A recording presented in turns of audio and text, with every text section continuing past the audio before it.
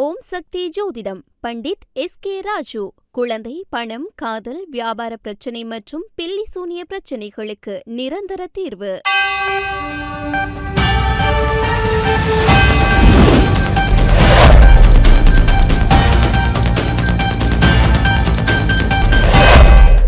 Mix and much உங்களை வரவேற்றுக் கொள்கின்றது. இன்றைய மிக்ஸ் அண்ட் மச்சிலும் இன்றைய நாளில் 30 வருடங்களுக்கு முன்னர் பெரும் பேசுபொருளாக இருந்த ஓயாத அலைகள் ஒன்று குறித்த பதிவு காத்திருக்கின்றது. அந்த பதிவுக்கு செல்வதற்கு முன்னர், ஜோர்தானில் உள்ள அமெரிக்க இராணுவ தளத்தின் மீது ஈரான் நடத்திய ஏவுகணை மற்றும் ட்ரோன்களின் கலவை மின்னல் தாக்குதலானது அந்த நாட்டின் நீண்ட தூர தாக்குதல் திறனை குறைக்கவில்லை என்பதற்குரிய புதிய ஆதாரம் என இன்று பென்டகன் அதிகாரிகளில் சிலர் சொல்லிக்கொண்ட விடயத்தை நோக்கிக் கொள்ள வேண்டும். கடந்த ஒரு வார காலமாக நீண்ட தூர ஏவுகணைகளை செலுத்தக்கூடிய ஈரானின் மேற்கு பகுதி மற்றும் ஹோர்முஸ் நீரிணைக்கு அருகிலுள்ள ஈரானிய நிலைகளை தாம் தீவிரமாக தாக்கி அடித்து நொறுக்கிவிட்டதாக உடைந்த பாலங்களின் படங்களையெல்லாம் அமெரிக்கா படம் காட்டிய நிலையில், ஜோர்தானில் உள்ள அல் அஸ்ராக் விமானத்தளத்தின் மீது ஈரானின் இந்த மின்னல் தாக்குதல் நடந்தது. இந்த தாக்குதலானது அமெரிக்கா இவ்வளவு தூரம் தமது நாட்டை அடித்து நொறுக்கினாலும் தமது நாட்டின் நீண்ட தூர தாக்குதல் திறன் இன்னமும் குறைவடையவில்லை என்ற தெஹ்ரானின் மொழியை ஆதாரப்படுத்தியது. சளைக்காத அமெரிக்காவும் ஜோர்தானிய தளத்திற்கு வந்த ஏவுகணைகள் மற்றும் ட்ரோன்கள் ஏவப்பட்ட இடங்கள் என கருதப்படும் ஈரானிய இடங்களை தொடர்ந்தும் நொறுக்கி தள்ளியது. 8வது இரவும் ஈரான் மீது அமெரிக்கா அடித்து தள்ளியது.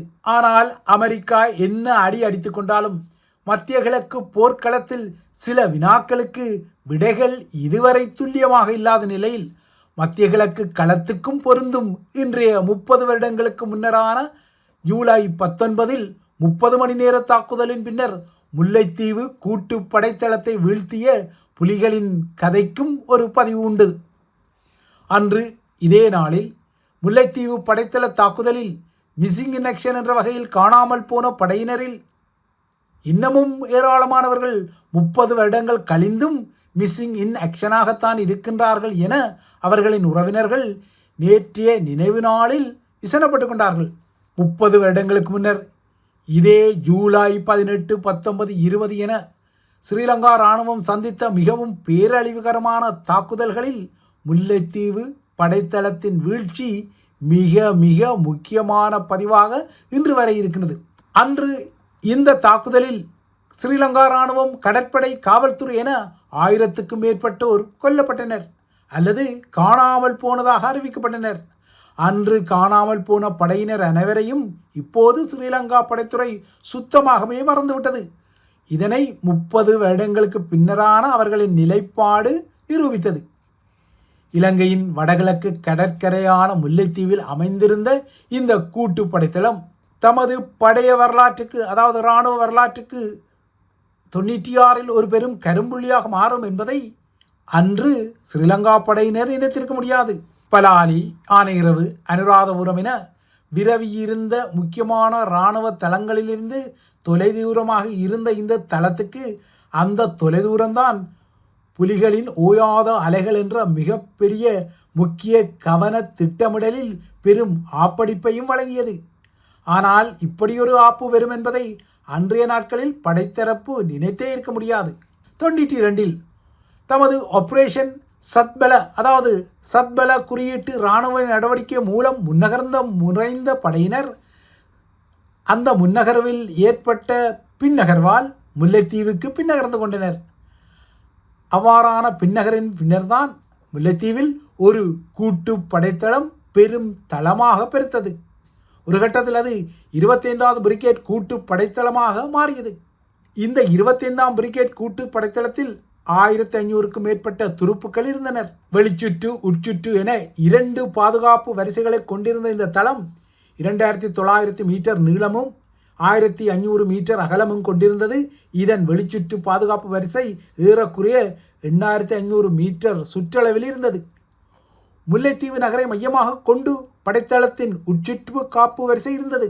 அதற்குள் தான் ஆட்லரி எனப்படும் நீண்ட தூர பீரங்கிகள், மோட்டார் ஏவுகணங்கள், பிரிகேட் தலைமையகம், பெட்டாலியன் தலைமையகங்கள், தொலைத்தொடர்பு கோபுரத்தை கொண்ட கட்டுப்பாட்டு அறை, ஹெலிபேட் எனப்படும் உலங்கு வானூர்தி இறங்குதளம் போன்றன இருந்தன. இவை அனைத்துமே முல்லைத்தீவு கூட்டு தளத்தின் பாதுகாப்பு அமைப்புகள். ஆனால் புலிகளின் தலைவரின் உத்தரவில் கடல் வழியாலும் தரை வழியாலும் மிகவும் துல்லியமான சிறப்பு வேவு நடவடிக்கைக்கு உட்பட்ட இந்த தளம் இரவு பகலாக வேவு புலிகளால் பல நாட்களாகவே கண்காணிக்கப்பட்டது. அதன் விளைவு 30 வருடங்களுக்கு முன்னர் இன்றைய நாளில் நிரூபிக்கப்பட்டது. விடுதலை புலிகள் தமது தரப்பில் கனரக ஆயுதங்களையும் 2000க்கும் மேற்பட்ட ஆளணியையும் பயன்படுத்தி பல திசைகளிலும் இருந்து தளத்தை தாக்க ஆரம்பித்தனர். ஜூலை 19ஆம் தேதியான இன்று மாலை வருவதற்கிடையில் முல்லைத்தீவு படைத்தளம் ஏறக்குறைய முற்றாக புலிகளிடம் விழுந்தது. தாக்குதலின் ஒரு கட்டத்தில் தளத்தில் இருந்த விஜயபாகு படையணியின் தலைமையகம் அமைந்திருந்த பகுதிக்குள் படையினர் முடக்கப்பட்டனர். அவ்வாறாக முடக்கப்பட்ட படையினர் தமக்கு அருகாமையில் உள்ள கடற்கரையை தமது கட்டுப்பாட்டுக்குள் கொண்டு வருவதற்கான தாக்குதல்களை மும்முரமாக நடத்திய போதும் அவையும் புலிகளால் முறியடிக்கப்பட்டன. புலிகளால் தனிமைப்படுத்தப்பட்ட இந்த படைத்தளத்தை மீட்க இறுதி நேரம் வரை தரைப்புலிகள் கடற்புலிகள் அமைத்த வியூகங்களை படையினரால் ஊடறுத்து கொள்ள முடியவில்லை. இதனால் ஒரு வருடத்துக்கு முன்னர், அதாவது 95ஆம் ஆண்டு சூரிய கதிர் நடவடிக்கை மூலம் யாழ்ப்பாண குடாநாட்டின் பெரும்பகுதியை கைப்பற்றினோம் என டமாரம் அடித்த அதே படைத்துறை தான் மறுவரிடம் கூட்டு படைத்தளம் முல்லைத்தீவில் வீழ்ந்தது என்ற அடியை வாங்கி வீழ்ந்தது. இந்த தளத்தை விழுத்தும் மிகப்பெரிய ஸ்கெட்சுடன் ஜூலை 17 இரவே புலிகளின் படையணிகள் தளத்தை சுற்றிய பகுதிகளில் நிலையெடுத்து நின்றன. கடற்புலிகள் கடலில் மிதந்து நின்றனர். முதலாவது அடி தளத்தின் வடக்கு தெற்கு மற்றும் கிழக்கு திசைகளில் ஒருங்கிணைத்து வழங்கப்பட்டது. வடக்கு மற்றும் தெற்கு பகுதியால் புலிகளின் தரை அணிகள் நகர, கிழக்கிலிருந்து கடற்புலிகள் மிதக்க 17 நள்ளிரவுக்கு பின்னர் 18 அதிகாலை முழுமையான சமர் தொடங்கியது. அதிகாலை முழுமையான சமர் தொடங்கி முதல் சில மணி நேரங்கள் பேருக்கு ஏற்றபடி ஓயாத அலை அலையாக புலிகள் அணிகள் வந்தன. பிறகென்ன, இராணுவ தளத்தின் வெளிப்புற பாதுகாப்பு எல்லைகள் உடைந்தன. பல முன்னரங்க நிலைகள் கைப்பற்றப்பட்டன. கொழும்பில் இருந்த இராணுவ தலையத்துக்கு ஐயோ காப்பாற்றுங்கள் காப்பாற்றுங்கள் என அலறிய முல்லைத்தீவு கூட்டு படைத்தளத்துக்குள் இருந்த தொடர்பாடல் நிலைகளும் ஒரு கட்டத்தில் புலிகளின் அடியால் முடங்கிக் கொண்டன. இதனால் முல்லைத்தீவு தளத்துக்குள் என்ன நடக்கிறது என்பது கொழும்புக்கு தெரியவில்லை. ஆனால் களத்தில் நின்ற புலிகளுக்கு அது தெரிந்தது. இப்போது தளத்தின் மையப்பகுதியை நோக்கி புலிகளின் அணிகள் முன்னேறிக்கொண்டன.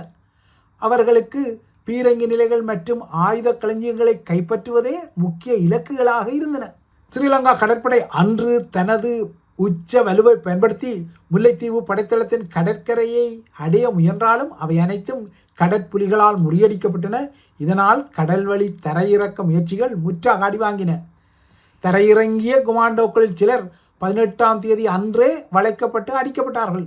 இப்போது இந்த தளத்தை மீட்கும் வேலையே வேண்டாம், அதில் உள்ள படையினரில் எஞ்சியவர்களையாவது மீட்க பெரும் கூட்டு நடவடிக்கை தான் வேண்டும் என்ற நிலைக்கு வந்தது ஸ்ரீலங்கா படைத்தரப்பு. இதனால் ஜூலை 19ஆம் தேதி, அதாவது 30 வருடங்களுக்கு முன்னரான இன்றைய நாளில் சிலாவத்தியில் தரையிறங்கிய படையினர் கடல் வழியால் மாலை 4:30 மணியளவில் தரையிறக்க முயற்சியில் ஈடுபட்டிருந்த போது ஸ்ரீலங்காவின் முக்கியமான பீரங்கி படகான ரணவிரு மூழ்கடிக்கப்பட்டது. இனி வான்வழி தரையிறக்கமே சாத்தியம் என்ற நிலைக்கு ஸ்ரீலங்கா படைத்தரப்பு வந்தது. ஆனால் அங்கும் சிக்கல். ஒரு MI-17 ஹெலி அடி வாங்கியது. வான்வழி மீட்பு முயற்சிகளும் முடங்கின. ஸ்ரீலங்கா படையினரின் முல்லைத்தீவு படைத்தள மீட்பு முயற்சி ஜூலை 19 முதல் 20, 21, 22, 23, 24 என தேதிகளில் தொடர்ந்தாலும் புலிகள் விட்டால் தானே. புலிகளின் முற்றுகை உடைப்பு நடவடிக்கைகள் தான் இறுதியில் முற்று பெற்றன.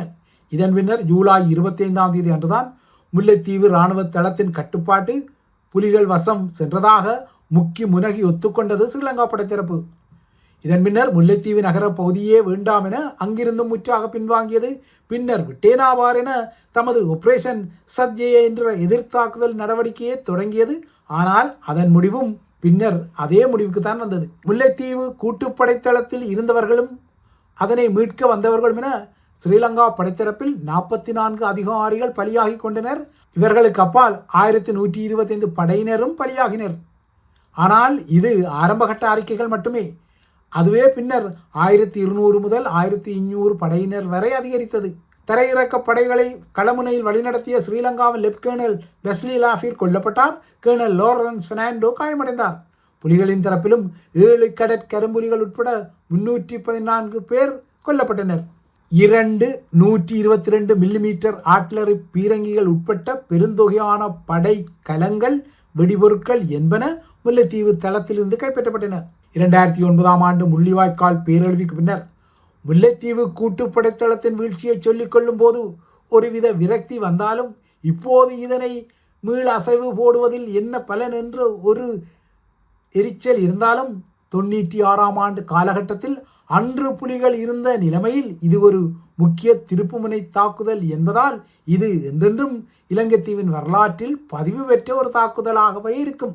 அதுவும் முதல் வருடமான 95 ஆண்டு யாழ்குடாவிலிருந்து வெளியேற்றப்பட்ட புலிகள் பற்கள் பிடுங்கப்பட்டு வன்னிக்குள் முடக்கப்பட்டு விட்டார்கள் என ஸ்ரீலங்கா பரப்புரைகளை செய்த நிலையில் அந்த பரப்புரைகளை தகர்த்த நாளாக 30 வருடங்களுக்கு முன்னர் முல்லைத்தீவில் இந்த சமகால நாட்கள் அமைந்தன.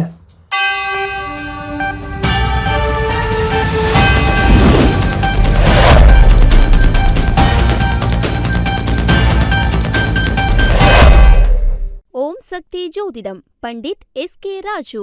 குழந்தை, பணம், காதல், வியாபார பிரச்சனை மற்றும் பில்லி சூனிய பிரச்சனைகளுக்கு நிரந்தர தீர்வு.